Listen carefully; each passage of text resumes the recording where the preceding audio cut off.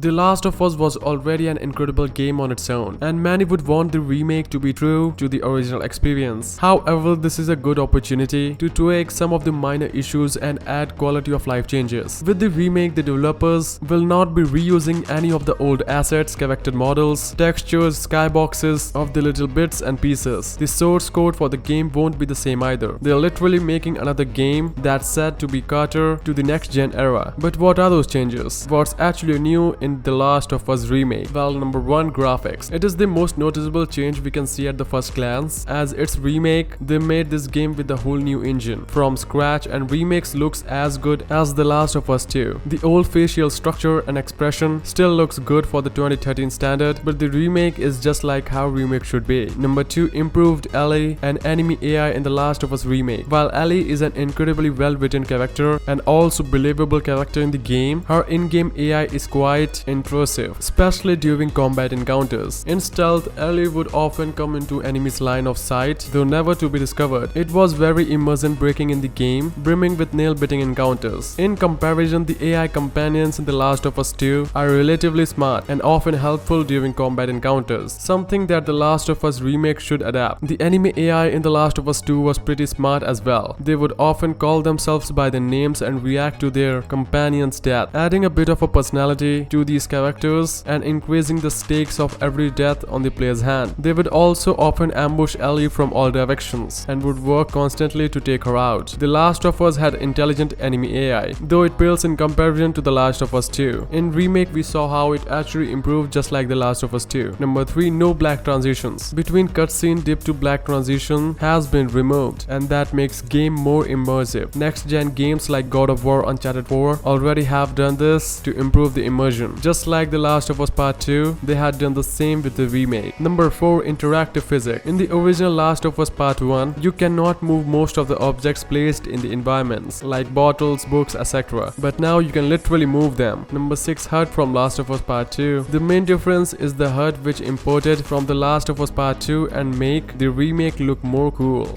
Joel's phone lock screen in the first cutscene has been changed in the remake. Number 6, permadeath and accessibility options to The Last of Us Remake. The Last of Us and The Last of Us Part 2 are pretty challenging games on their own, but the latter took it on a different level by adding a permadeath mode. The Last of Us 2 is a 25 hours long game, and adding permadeath drastically increased the stakes. Players could, however, set permadeath to per act or per chapter, but still fun and challenging experience that requires players to master the layout of every in-game location. The Last of Us introduced to the ground difficulty option, but never added a permadeath mode. A remake could very well change that. As much as challenging The Last of Us 2 gets with permadeath enabled, the game also offers a jarring amount of accessibility options to players. The Last of Us 2 is undoubtedly one of the most accessible video games ever made, with over 60 options for visual, hearing, and motor impairments. Plenty for The Last of Us 2 fans who haven't played the first game might be interested in hopping onto the Ellie remake, which could benefit from the accessibility feature, if not more. Number 7, loading time improvements in The Last of Us Remake. A subsequent patch did reduce the loading time on the PS4 Pro, but was still significantly longer than the other titles. The Last of Us Remastered on PS5 via backward compatibility takes over 13 seconds, which isn't much though, but it's relatively longer compared to what some of the next-gen titles take. The Last of Us Remake would hopefully take advantage of the ultra-fast SSD of the PS5 to make loading instant. And there you have it, guys. This is all I have to say for The Last of Us Remake. So if you like this video, then please subscribe our channel Mad Dogs, and I'll see you in the next one.